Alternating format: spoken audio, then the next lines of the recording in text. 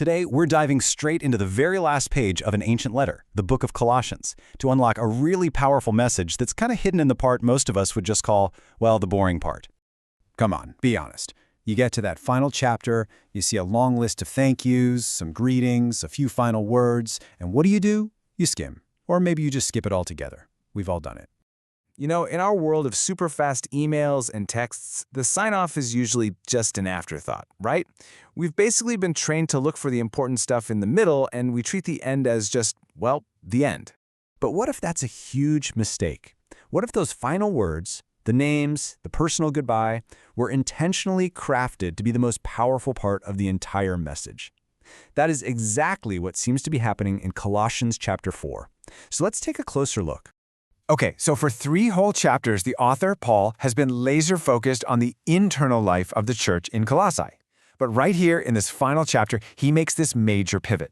He turns the church's focus from looking inward to looking outward, to its real mission in the world. So how does he make that big shift? It all starts with prayer. For Paul, prayer isn't just some quiet spiritual thing you do. It's the engine, it's the fuel in the tank for how the church is supposed to engage with everyone else. And he's super specific about it. He tells them to devote themselves to prayer, which means making it this constant, consistent part of life. He also tells them to be watchful, to stay alert and pay attention. And then, crucially, he says to do it all with thanksgiving, with this deep sense of gratitude. And this whole gratitude thing, it's absolutely central to the entire letter. Scholars point out that Paul mentions thankfulness over and over again.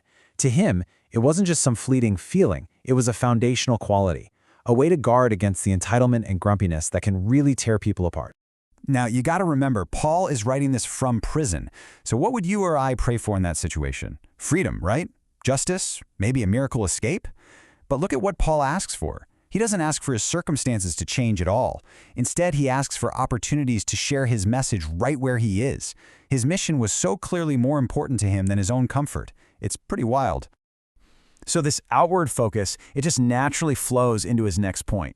After he calls them to a life of prayer, he gives really practical advice for how to interact with people outside the church. This is where faith becomes visible, where the rubber meets the road. He lays out 3 pillars for them. First, walk in wisdom. Basically, make smart choices, live well, knowing that people are watching. Second, make the absolute best use of every single moment. And third, make sure your speech is always full of grace. And that little instruction about time? It's fascinating. The original Greek uses a term from the business world that literally means to buy out or seize an opportunity. It gives this sense of urgency, like every moment is this precious thing that you can invest for a bigger purpose. Don't just let the 168 hours in a week slip away. So what about that weird phrase, speech, seasoned with salt? Well, in the ancient world, salt was a preservative, but it also added flavor. So Paul is saying our words should do the same. They should be constructive, they should add grace and value and, flavor to every conversation we have. They should build people up, not tear them down. Okay, now we finally get to the part most people skim, that big list of names. But this isn't just a list of shout-outs. Some scholars argue that this section is actually the key to proving the entire letter is authentic.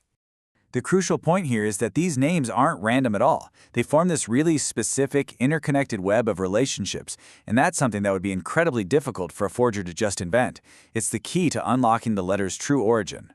I mean, just look at the details here.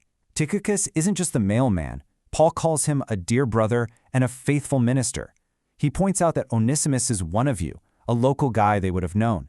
He describes Epaphras, their church founder, as wrestling in prayer for them. I mean, what a great image. And we even get this personal tidbit about Luke. This is the only place in the entire Bible where we learn he was a doctor. So this just raises a huge question for anyone who doubts Paul wrote this.